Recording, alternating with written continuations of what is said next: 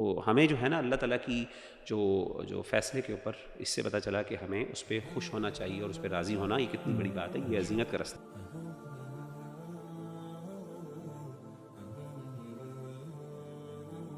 اگر کچھ یہ مائنر جیسے احادیث میں اکثر میں آتا ہے نا کہ 100 بار سبحان اللہ و بحمدہ کسی نے پڑھا تو اللہ اس کے تمام سنز چاہے سمندر کی جھاگ کے برابر ہے معاف کر دیں گے. I think that's for minor sin جو میری انڈرسٹینڈنگ.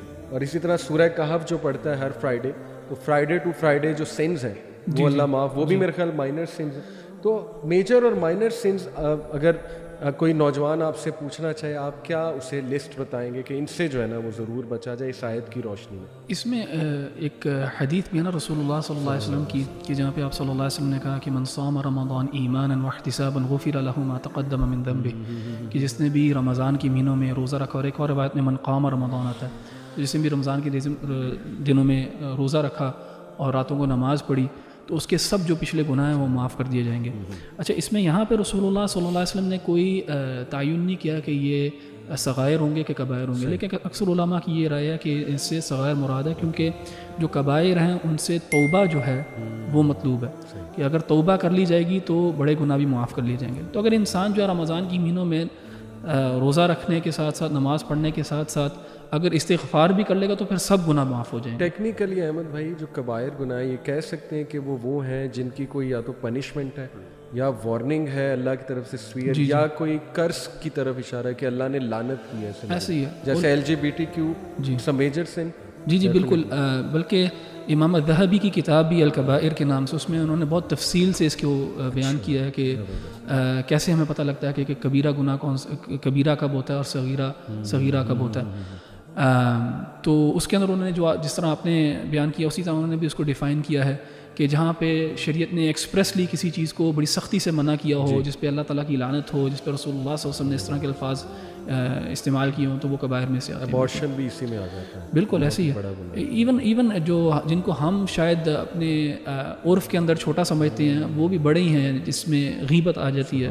اس طرح کی چیزیں جو ہیں وہ جھوٹ بھی بالکل. اور ترک الصلاۃ جو ہے نماز کو چھوڑنا. کافی لوگ پوچھتے ہیں میوزک کے بارے میں، واللہ عالم اس طرح کے الفاظ آئے ہیں کہ نہیں آئے، لیکن نماز چھوڑنا مثال کے طور پہ، نماز چھوڑنا، ہم لوگ نماز چھوڑنے کو بہت ہلکا سمجھتے ہیں، تو وہ کبائر میں سے ہے. بالکل ایسے ہی. میوزک سننے کے بارے میں ہے نا حدیث کے معازف کے بارے میں، خاص طور پہ میوزیکل انسٹرومنٹس کے حوالے سے، کہ ایک وقت آئے گا کہ ان کے جو ہے نا لوگ جو ان کو حلال کر دیں گے. اب اگرچہ اس میں آگے یہ اختلاف ہے کہ یہ جو ہے یہ گناہ جو ہے اس کو حرام کو حلال کرنے کی وجہ سے اس کے ساتھ یہ معاملہ ہے، یا پھر وہ گناہ اتنا سویر ہے. لیکن باقی دوسری احادیث کو اگر آپ سامنے رکھیں تو اس احادیث سے پتہ چلتا ہے کہ اس میں بڑی شریعت کی سینسٹیوٹیز ہیں اس مسئلے میں. ہم اس کو اتنے آرام سے ہلکا نہیں سمجھتے، کیونکہ اس جو جس روایت کا مغرا بھائی بیان کریں اس میں باقی چیزیں کیا مینشنڈ ہے، زنا مینشنڈ ہے، خمر، الکوہل مینشنڈ ہے، تو وہ کبائر ہیں، اس میں کوئی شک نہیں ہے. اور بلکہ امام ابن قیم کا ایک کوٹ میرے سامنے کہ no sin remains minor if accompanied by consistency. بالکل اگر تو وہ مائنر سن میں آتا ہے نا کہ سیئۃ نکرہ ہے کہ جس نے بھی کوئی گناہ کیا اور اگر وہ گناہ اس کو گھیر لیتا ہے، وَأَحَاطَتْ بِهِ خَطِيئَتُهُ فَأُولَٰئِكَ أَصْحَابُ النَّارِ. اچھا، اس ویسے تو الحمدللہ یہ سورت جو ہے وہ بہت ڈیٹیل میں ہے، لیکن مجھے ذاتی طور پہ جو ایک پیوٹل آیت لگتی ہے نا وہ ہے آیت نمبر 65، اور یہ اللہ کے نبی صلی اللہ علیہ وسلم کی اطاعت کی اہمیت پہ ہے. اور اگر آپ اس پورے سورت کے موضوع کو دیکھیں نا تو یہ ایک بیسکلی اس موضوع کو گرو کر رہی ہے، بیکاز اس سورت کے اینڈ پہ اللہ نے منافقین کی کچھ صفات کا ذکر کیا ہے. تو پتہ یہ لگتا ہے کہ اللہ نے یہ ایک طرز بھی بتایا کہ نفاق کو دل سے نکالنے کے لیے اصلاً اللہ اور اس کے رسول کی اطاعت ہے، اور اگر اللہ اور اس کے رسول کی، خاص طور پہ رسول کی اطاعت نہ ہو تو that is as if genesis towards hypocrisy. اللہ تعالیٰ فرماتے ہیں فلا وربک، اور علماء کہتے ہیں کہ یہ اللہ نے مختلف جگہوں پہ قرآن مجید میں قسم کھائی ہے، لیکن یہاں پہ قسم کھانے کا انداز جو ہے وہ بہت مختلف ہے. اللہ تعالیٰ آپ صلی اللہ علیہ وسلم کو کہتے ہیں بٹ نہیں مگر آپ کے رب کی قسم، اے نبی صلی اللہ علیہ وسلم، لا یؤمنون، یہ ہرگز ایمان نہیں لے کے آ سکتے، حتی یحکموک، یہاں تک کہ یہ آپ کو حاکم تسلیم نہ کر لیں اپنے معاملات میں، until they accept you O prophet as the judge in their disputes. اچھا، اپیرنٹلی یہاں تک بات سمجھ میں آ جاتی ہے، لیکن دو شرائط ہیں جو کہ اللہ نے آگے رکھی ہیں، یا دو چیزیں ہیں جو کہ سٹریس ڈالتی ہیں اس آیت کے موضوع پہ. اللہ آگے کہتے ہیں ثم لا یجدوا فی انفسہم حرجا، اور پھر آپ صلی اللہ علیہ وسلم کو حاکم تسلیم کرنے کے بعد اپنے ڈسپیوٹ میں اپنے اندر کوئی کجی یا ڈسکمفرٹ نہیں فیل کرنا چاہیے ان کو.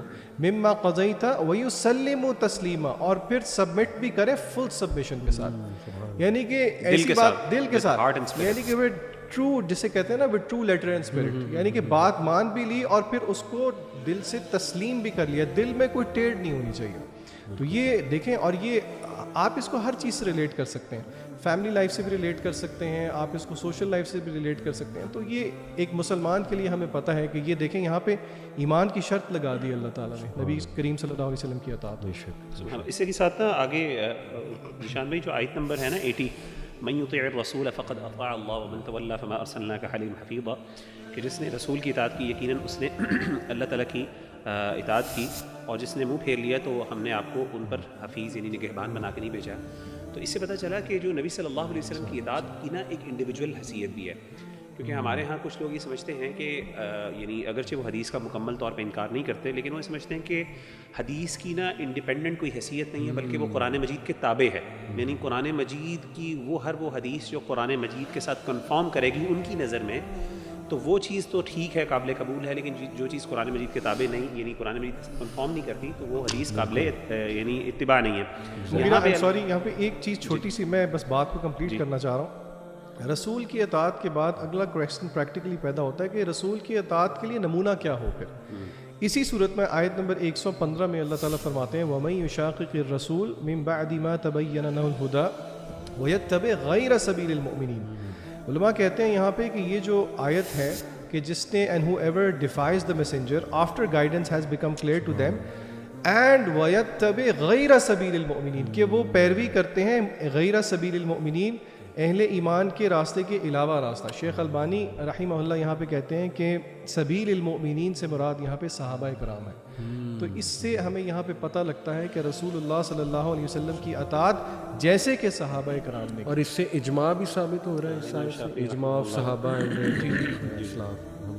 اسی سے ریلیٹڈ ذیشان ایک آیا میرے ذہن میں آئی, جو آج کا آپ نے ایشو ڈسکس کیا نا کہ انکار حدیث بہت نوجوانوں میں پھیلتی جا رہی. سورہ حجرات کی یا ایھا الذین آمنوا لا ترفعوا اصواتکم فوق صوت النبی ولا تجہروا, اور اس کی جو پنشمنٹ ہے نبی سے آواز بلند کرنے کی وہ بڑی سیریس. ان تحبط اعمالکم وانتم لا تشعرون, کہ تمہیں پتہ بھی نہیں لگے تمہارے ڈیڈ زیرو سے ملٹی اعمال سارے ضائع ہو جائیں. اور علی بھائی آپ حیران ہوں گے, اعمال ضائع ہونے کی جو اور وجہ قرآن مجید میں بتائی وہ شرک بھی بتائی گئی. لئن اشرکت لیحبطن عملک. آپ صلی اللہ علیہ وسلم بہت کم ایسے گناہ ہیں جن کی اتنی بڑی پنشمنٹ ہے, نیکیاں بھی ضائع ہو جائیں. اچھا, ہمارے آنا ایک اور ایشو جو ہے وہ بڑا سر اٹھا رہا ہے, اور ویسٹ کے اندر یہ کافی بڑا ایک پرابلم ہے, اور وہ یہ جینڈر ایکوالٹی یا جینڈر وارز میں کہوں گا اس کو, کہ آپس میں جو ہے نا ایک لڑائی ہے. اور دیکھیں قرآن جو ہے اور شریعت جو ہے وہ مرد اور عورت میں ڈفرینس کرتی ہے, کہ خواتین اور مرد جو ہیں ان کے اندر there is difference between them. Equity ضرور ہے, ایکوالٹی شاید نہیں ہے, because both are difference, both are different. And آہستہ آہستہ ویسے ویسٹ کے اندر بھی اب یہ ایک ریئلائزیشن آ رہی ہے کہ دے آر ڈفرینٹ, اور ہمیں if you want to achieve justice we have to treat them differently as well. لیکن دیکھیں یہ اللہ سبحانہ و تعالیٰ تعین کرتا ہے کہ کون مرد بنے گا کون عورت بنے گا, یہ کوئی بائی چوائس نہیں ہے, اللہ تعالیٰ نے تعین کر دیا. اور اسی صورت کے اندر اللہ تعالیٰ کہتے ہیں کہ وَلَا تَتَمَنَّوْا مَا فَضَّلَ اللَّهُ بَعْضَكُمْ عَلَى بَعْضٍ, کہ do not desire what Allah has blessed one of you over the others with. آیت نمبر 32, یہ اس سے اگلی آیا جو میں نے. ہاں, سو یہ آیا نمبر 32 ہے سورۃ النساء میں, کہ یہ تمنا نہ کرو, یہ ڈونٹ کریو دس کہ یار اللہ تعالیٰ نے اس کو کیوں دیا, مجھے کیوں نہیں دیا. للرجال نصیب مما اکتسبوا, اور آدمیوں کے لیے, مردوں کے لیے وہی ہے جو وہ کماتے ہیں, یعنی their deeds are going to earn them reward. وللنساء نصیب مما اکتسبن, اور خواتین کے لیے بھی ایسے ہی ہے. واسألوا اللہ من فضلہ, تو اللہ تعالیٰ سے اس کا فضل تلاش کرو, لیکن یہ نہ تلاش کرو یا یہ نہ چاہو کہ میں مرد کیوں نہیں ہوں, یا مجھے میرے لیے یہ والے رولز کیوں نہیں ہیں, یا مرد جو ہیں وہ اس طرح کی کمپلینٹ کرنے لگ جائیں کہ ہمارے اوپر یہ والی ذمہ داریاں کیوں ہیں, ایکسیٹرا ایکسیٹرا ایکسیٹرا. بالکل صحیح. تو یہ بہت پرابلمٹک ہے. انسان کو one should be content with what Allah has blessed them with. اور یہ آگے جا کے جو ہے نا یہ idea of contentment with how you look and you know what sort gender you are, یہ آپ ہی کی بہتری کے لیے, کیونکہ یہ جنرلی اسپیکنگ یہ چینج کیا جا نہیں سکتا. ایون دو آج ماڈرن سائنس نے اور ٹیکنالوجی نے یہ ایک ایلوژن دیا ہوا ہے کہ آپ یہ چینج کر سکتے ہو, لیکن جو وہ چینج کرتے بھی ہیں وہ بھی ریئلائز کرتے ہیں کہ یار یہ چینج نہیں کیا جا سکتا. ایک اور آخری جو ہے نا میں واقعہ جو ہے نا ادھر شیئر کرنا چاہوں گا. رسول اللہ صلی اللہ علیہ وسلم کی احادیث میں ہمیں ملتا ہے کہ رسول اللہ صلی اللہ علیہ وسلم نے نا ایک دفعہ عبداللہ ابن مسعود کو کہا کہ میرے لیے نا مجھے قرآن پڑھ کے سناؤ. تو عبداللہ ابن مسعود نے کہا کہ کیا میں آپ کو قرآن پڑھ کے سناؤں جب کہ آپ کے اوپر ہی نازل ہوا یہ قرآن؟ تو آپ صلی اللہ علیہ وسلم نے کہا کہ مجھے پسند ہے کہ میں قرآن سنوں. تو اس سے ہمیں یہ بھی پتہ لگتا ہے کہ انسان کو چاہیے کہ وہ قرآن سنا کرے اور خود بھی ریسائٹ کرے, لیکن اوروں سے بھی کہے کہ مجھے ریسائٹ کر کے سناؤ.